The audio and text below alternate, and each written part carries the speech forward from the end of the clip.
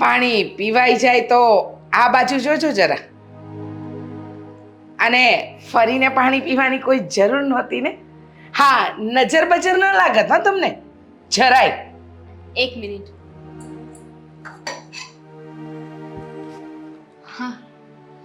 હા, હવે એમ હશે કે હું જે કહીશ એ સાંભળવું તમને ગમશે નહીં, પણ કહેવું પડશે.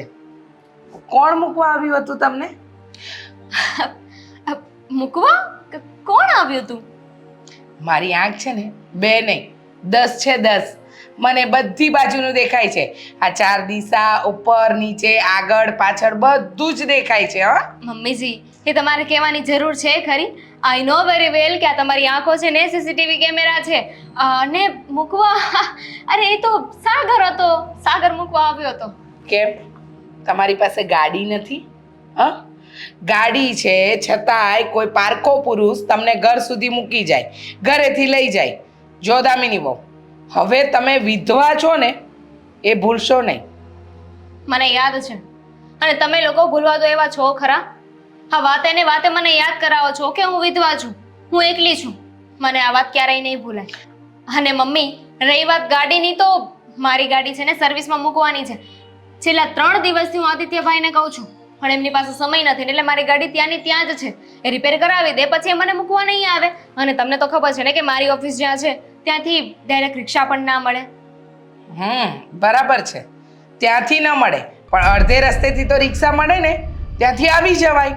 પણ નહીં, આપણે જ આખા ગામની અંદર પારકા પુરુષ સાથે રખડવું છે, ફરવું છે, તો પછી આ બાના તો નીકળવાના જ. અને ગાડી બનાવવા માટે મારો દીકરો તો નવરો નથી ને, એની પાસે તમારી કરતાં વધારે કામ હોય છે. 70 કામ હોય છે. અને 100 વાતની એક વાત, હા વિધવા છો ને તો વિધવાની રીતે રહો. પહેલાં તો તમારા કપડાં અને રંગઢંગ જુઓ. હા, ફેશનો કરવી છે. જરાય તમારા મોઢા પરથી લાગતું નથી કે તમારો વર ને મારો દીકરો ગયો એનો કોઈ અફસોસ હોય નહીં ને. હું બીજાની જેવી નથી ને કે અફસોસ હોય કે કંઈ પણ વાત હોય તો ચિલ્લાઈને કરું. મારું દુઃખ છે હું જાણું છું. જુઓ મમ્મી, તમે રોજ છે ને એકની એક વાત નહીં કરો. કરવી પડે. હા, તે જ મારા દીકરાનો ભોગ લીધો. હા, મારો જુવાન જોત દીકરો ગયો ને એનું કારણ પણ તું જ છે. ખબર નહીં કયા કાળા ધોળા કર્યા હશે ને મારા દીકરાનો જીવ ગયો. હા, નહીં તો તારા લગ્ન પહેલા સાજો નરવો જ હતો, કાંઈ નહોતું થતું, નખમાં રોગ નહોતો. મમ્મી, મને ખબર છે કે જે કાર એક્સિડન્ટ થયું ને એની દોષી તમે મને ગણો છો, પણ એમાં મારો કોઈ જ વાંક નથી. હા, દર વખતે આ જ સાંભળું છું, મારો કોઈ વાંક નથી, મારો કોઈ વાંક નથી. અરે સોસાયટીના આજુબાજુના લોકો, સમાજના લોકો વાતો કરે છે કે તમારી વહુ વિધવા છે પણ વિધવા લાગતી નથી, કારણ કે એના રંગઢંગ જ કહી આપે છે કે એનામાં વિધવાપણા જેવું કાંઈ છે જ નહીં. વિધવા છું તો એ ટેગ મારીને તો નહીં ફરું ને મમ્મી કે હું વિધવા છું. એવું કોણે કહ્યું કે હું સફેદ સાડી પહેરીશ, હા રંગબેરંગી કપડાં પહેરવાનું બંધ કરી દઈશ તો જ હું વિધવા લાગીશ? જુઓ, મારી સાથે છે ને ખોટી બહેસ નહીં કરો ને તો સારું. મને રોજની આ બહેસ તમારી સાથે કરવી જરાય નથી ગમતી. અને મને પણ નથી ગમતી. ઓફિસેથી ઘરે પગ નથી મૂક્યો કે ત્યાં તમારા નામની રામાયણ ચાલુ થઈ જાય છે. ઓફિસે જતી વખતે આવતી વખતે ગમે તે વસ્તુ હું ગમે તે કરું ને તો એમાં હું જ વાકમાં હોઉં છું. અચ્છા, આ રામાયણ લાગે છે તમને? આ ઘરના ફજેતા થાય છે એ નથી દેખાતું? લોકો વાતો કરે એ નથી દેખાતું? અરે તમને શું ફરક પડે? લોકો અમને સંભળાવી જાય, અમને ખબર છે કે કેવી અમારી હાલત થાય છે. તમને સંભળાવે ને તો હવે એમને મારી પાસે મોકલજો. આ જ્યારે હોય ત્યારે કહો છો કે લોકો વાતો કરે છે, તો આ લોકો કોણ છે મને જરા કહેજો. આ મને તો કોઈ કઈ કહેવા ના આવ્યું. ક્યાંથી કે હવે જે ફજેતા કરતું હોય એને તો જઈને ન કહેવાય કે બેન તું આ ફજેતા બંધ કરી દે. હા, આ રંગઢંગ બદલો, આ લાલ લીલા પીળા કપડાં પહેરવાનું બંધ કરો, સારું નથી લાગતું. સોરી મમ્મી, હા મારી લાઈફ છે, આને કેવી રીતે જીવવી ને કેવી રીતે નહીં ને એનો ફેસલો હું કરીશ. હા, તમે કરશો, વાત સાચી છે. કેવી રીતે જીવવી કેવી રીતે નહીં જીવવી એ બધો ફેસલો તમે કરશો, પણ અમારા માથે બેસીને તાંડવ નહીં કરો. આ લોકો આગળ અમારી બદનામી નહીં કરો. જો બસ હવે બહુ થઈ ગયું. હવે મારી સાંભળવાની કેપેસિટી ને બોલવાની કેપેસિટી બંને પૂરી થઈ ગઈ છે. મારી લાઈફમાં દખલ અંદાજી ન કરો મમ્મી તો વધારે સારું. મને ખબર પડે છે નાની કીકલી નથી, લગ્ન કરીને આ ઘરમાં આવી ત્યારે તો બહુ વખાણ કરતા હતા ને મારા. અને હા એક એક્સિડન્ટ શું થયું એમાં તો હું સાવ બદલાઈ ગઈ તમારા માટે. પહેલી તો વાત એ કે તમે જ્યારે લગ્ન કરીને આવ્યા ને ત્યારે મારા દીકરાની પુત્રવધુ હતા, હા, અને હવે વિધવા છો તો એ પ્રમાણેના રંગઢંગ પ્રમાણે જીવો તો વધારે સારું. પણ લાગે છે કે તમારા ભેજામાં વાત ઉતરતી નથી, એટલે જ આ રોજ રામાયણ થાય છે. લો બોલો, કોઈ ફરક જ નથી. ખબર નહીં, હા, આ બધા ધતિંગ અમારે કેટલા દિવસ જોવા પડશે.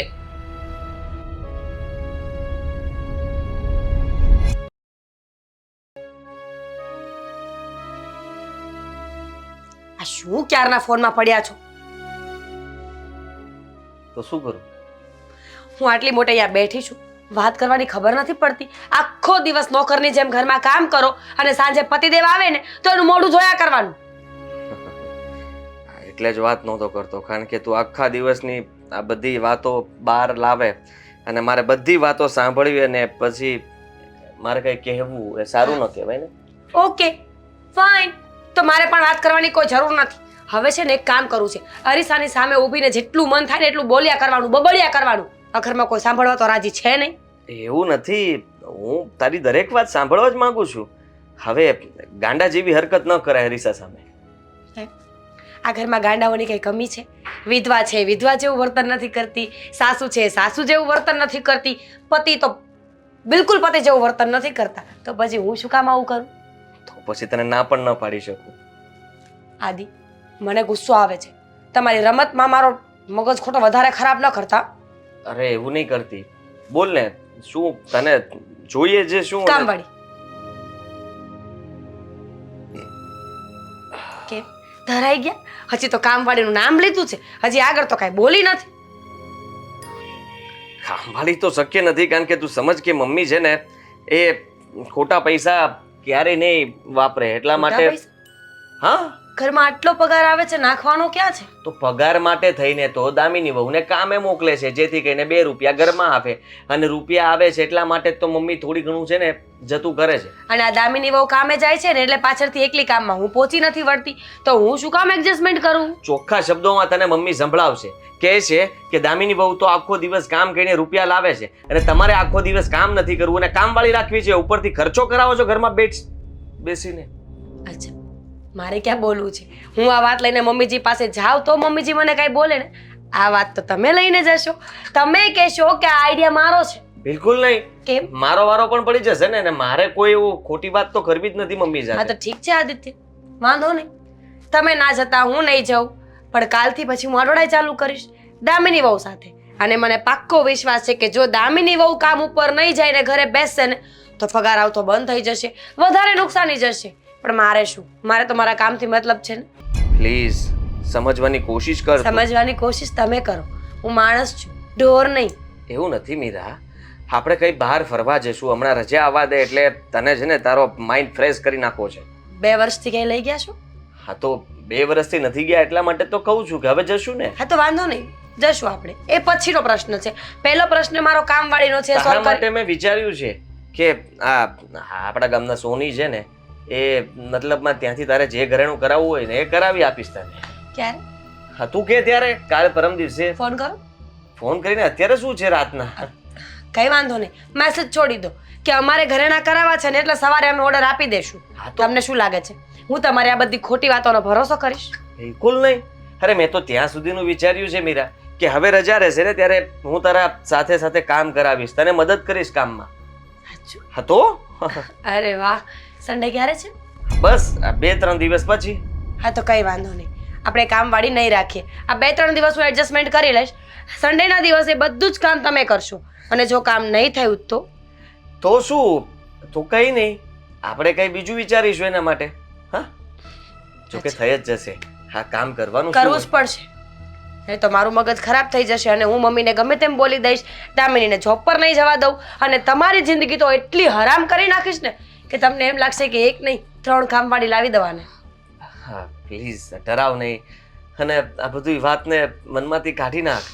આવી રીતના ગુસ્સો કરવો એ આપણા માટે સારી વાત નથી. તો આવી રીતના કોઈને હેરાન કરવાને એ પણ આપણા માટે સારી વાત નથી. તમે લોકો તો બસ પગાર જ જોવો છો, એ તો જોતા જ નથી કે એકલી સ્ત્રી બધું કેટલું કામ કરે. અને તમારા મમ્મી, તું સમજી નહીં, તું આ જે કરે છે ને એ અમારા બધા કરતાં વધારે કહેવાય, કારણ કે તું મહેનતનું કામ કરે છે.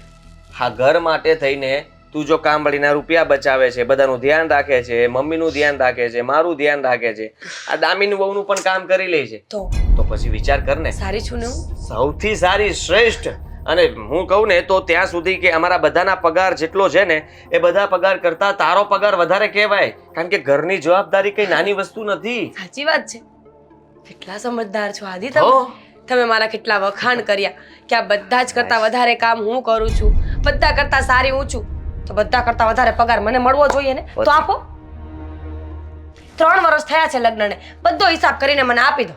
પગાર તો તને ખબર છે ને કે મમ્મીના હાથમાં જતો રહે હા, છે. તો મમ્મી પાસે માંગી લો. મમ્મી પાસેથી પગાર લઈ ન શકીએ, પણ મમ્મી તારો હિસાબ રાખે જ છે એક બાજુ કે મીરા વહુનો આટલો પગાર આમ, આટલો પગાર આમ. તો એ પગાર લેવા માટે મારે શું કરવું પડે? કેસ કરું તો ચાલે? એ લઈ ન શકીએ, એ શૂન્યમાં હોય, દેખાય નહીં, પણ તારું કામ છે ને એ અમારા બધા કરતા વધારે હોય. આદિ, ગુસ્સો આવે છે? તમને શું લાગે છે? નહીં, તમને શું લાગે છે હું બુદ્ધિ વગરની છું? એવું બધા માનતા હોય તો ભલે, હું નથી માનતો. માનતા પણ નહીં. નહીં તો ક્યારેક સાબિત કરીને બતાવીશ. ના ના ના, બિલકુલ નહીં, બિલકુલ નહીં મીરા. હા, જો હવે આ વાતને આપણે અહીંયા જ પૂરી કરીએ તો વધારે સારું, કારણ કે મને જ્યાં સુધી એવું લાગે છે ત્યાં સુધી તું ખોટો ગુસ્સો કરી રહી છે, અને હું આ વાતનું સોલ્યુશન લાવીને રહીશ. આ ઘરેણાવાળી વાત પાકી. હા, જવાનું જ છે આપણે, તું ચિંતા નહીં કરતી. એમ પણ આ તારી બુટ્ટી બહુ નાની છે, આ દેખાતી પણ નથી.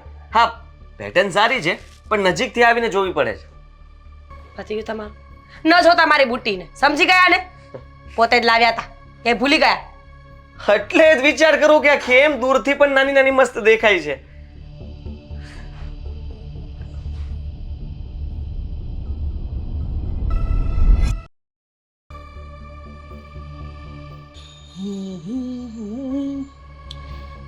અરે દામિની, તું અચાનક અહીંયા? સરસ સરપ્રાઈઝ આપી હતી મને. હા, અરે થેન્ક યુ. હા, સરસ. તું આવી છે તો તું પી લે, બાકી લાવ્યો તો મારા માટે. યુ નો વોટ, આ દુનિયાની જેને બધી સાસુ સરખી જ હોય છે. લગ્ન પહેલા તો પોતાની વહુને એટલું સાચવે ને, નાનું બાળક હોય ને એવી રીતે, અને લગ્ન થઈ જાય પછી તો દુશ્મન હોય ને એવી રીતે વર્તન કરે છે. અરે અરે અરે, બ્રેક માર, શાંત થઈ જા પહેલા તો. અને શું થયું? પાછી મગજમારી થઈ તારી સાસુ સાથે તારી? હા, એટલે જ તો અહીંયા આવવું પડ્યું ને. ત્યાં તો છે ને હવે 1 મિનિટ પણ રહેવું ને મને મોત જેવું લાગે છે.